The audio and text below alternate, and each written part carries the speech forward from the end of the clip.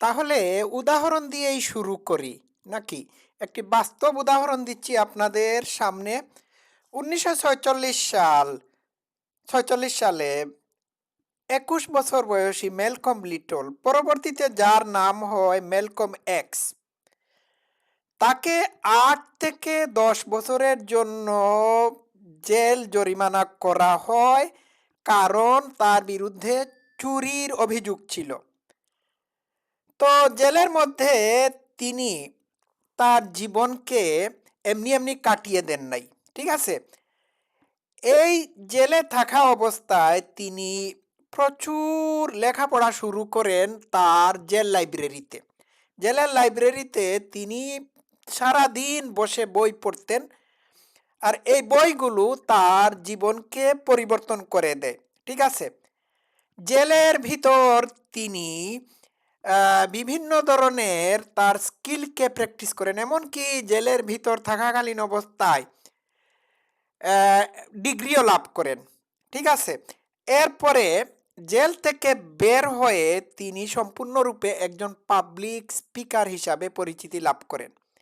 দর্শক শ্রোতারা, জেলের ভিতর থেকেও যে মানুষ সকল অসুবিধাকে অতিক্রান্ত করে, হ্যাঁ, বিশ্ববিখ্যাত মানুষ হতে পারে, এর বড় প্রমাণ হচ্ছে এই উদাহরণটি।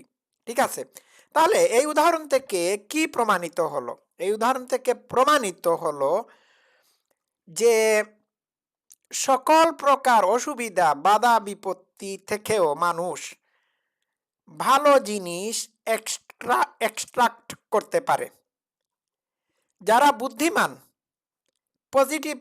পজিটিভ মাইন্ডের অধিকারী, তারা যে কোনো বিপদ আপদ, অসুবিধাকে সুবিধায় পরিণত করতে পারে, অর্থাৎ অসুবিধাগুলো থেকে সুবিধা আদায় করে নিতে পারে।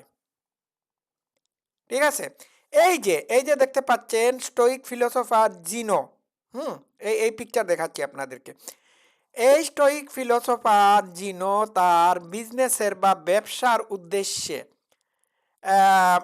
জাহাজ মানে জাহাজ নিয়ে মানে যাতায়াত করেন। হঠাৎ করে তার ওই জাহাজটি সমুদ্রের মাঝখানে গিয়ে ডুবে যায়।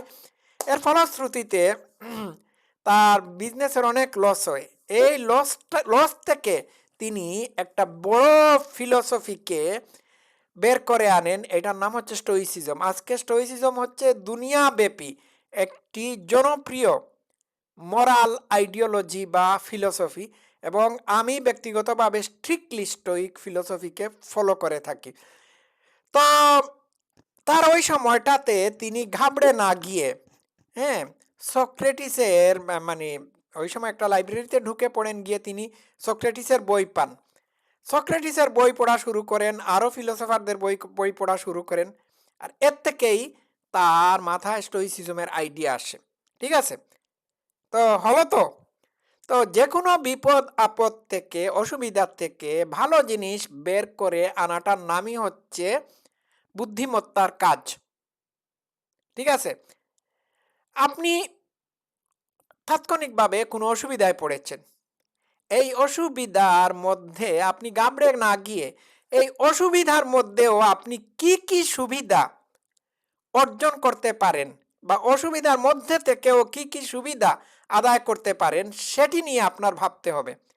এখন দেখা গেছে, ইতিহাস প্রমাণ করে যে অসুবিধার, চরম লেভেলের অসুবিধার মধ্যে পড়েও মানুষ এই অসুবিধা থেকে এমন সুবিধা আদায় করেছিল যে সুবিধাগুলো তাদেরকে বিশ্বমানের মানুষ হিসাবে রূপান্তরিত করেছিল।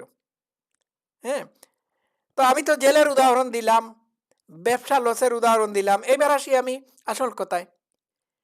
এই অসুবিধাকে আমরা, অর্থাৎ আমাদের পূর্বপুরুষরা কিভাবে সুবিধায় পরিণত করেছিল, ছোট্ট ছোট্ট ২-৪টা উদাহরণ দিই। আমাদের পূর্বপুরুষরা যখন দেখলো যে নদীর ওপারে যাওয়া যাচ্ছে না, তখন তারা ব্রিজ তৈরি করলো। হ্যাঁ, ব্রিজের মাধ্যমে তারা নদীর ওপারে যাওয়ার সুযোগ পেল। ঠিক আছে? এই ধরুন বাংলাদেশের পদ্মা ব্রিজ, এটা তো নতুন, কিন্তু প্রাচীনকাল থেকেই মানুষ এই নদী না পাড়ি দেওয়ার অসুবিধাকে সুবিধায় পরিণত করেছে ব্রিজ বানানোর মাধ্যমে। ঠিক আছে, গেল তো এইটা। দূরের যাতায়াতে তাদের মারাত্মক অসুবিধা দূর করার জন্য প্রথমত তারা ঘোড়া, তারপর হাতি, উট এইগুলো ব্যবহার করত দূরের যাতায়াতকে, মানে দূরের যাতায়াতের অসুবিধাকে দূর করার জন্য। ঠিক আছে, পরবর্তীতে তারা ঘোড়ার গাড়ি, হ্যাঁ, গরুর গাড়ি এইগুলো আবিষ্কার করলো আরো দ্রুত, মানে তাদের যাতায়াত ব্যবস্থাকে মানে কাছে নিয়ে আসার জন্য এটা করলো। পরবর্তীতে তারা গাড়ি আবিষ্কার করলো। আজকে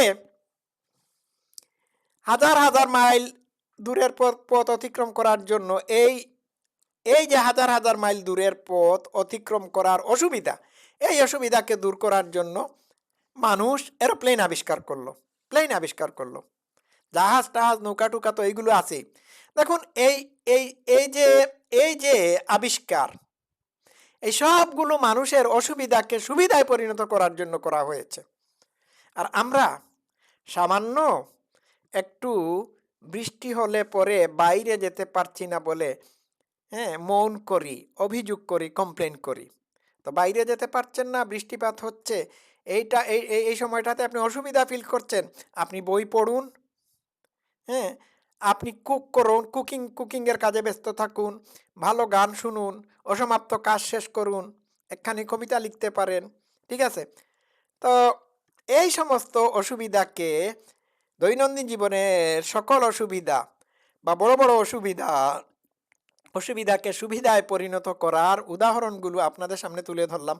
আশা করি কোনো অসুবিধাকে আর অসুবিধা মনে করবেন না, ওই অসুবিধা থেকে সুবিধা বের করে নিয়ে আসতে হবে। সকল অসুবিধাই সুবিধার পথকে প্রশস্ত করে দেয়। সবাই ভালো থাকবেন। Love you all. Thank you so much.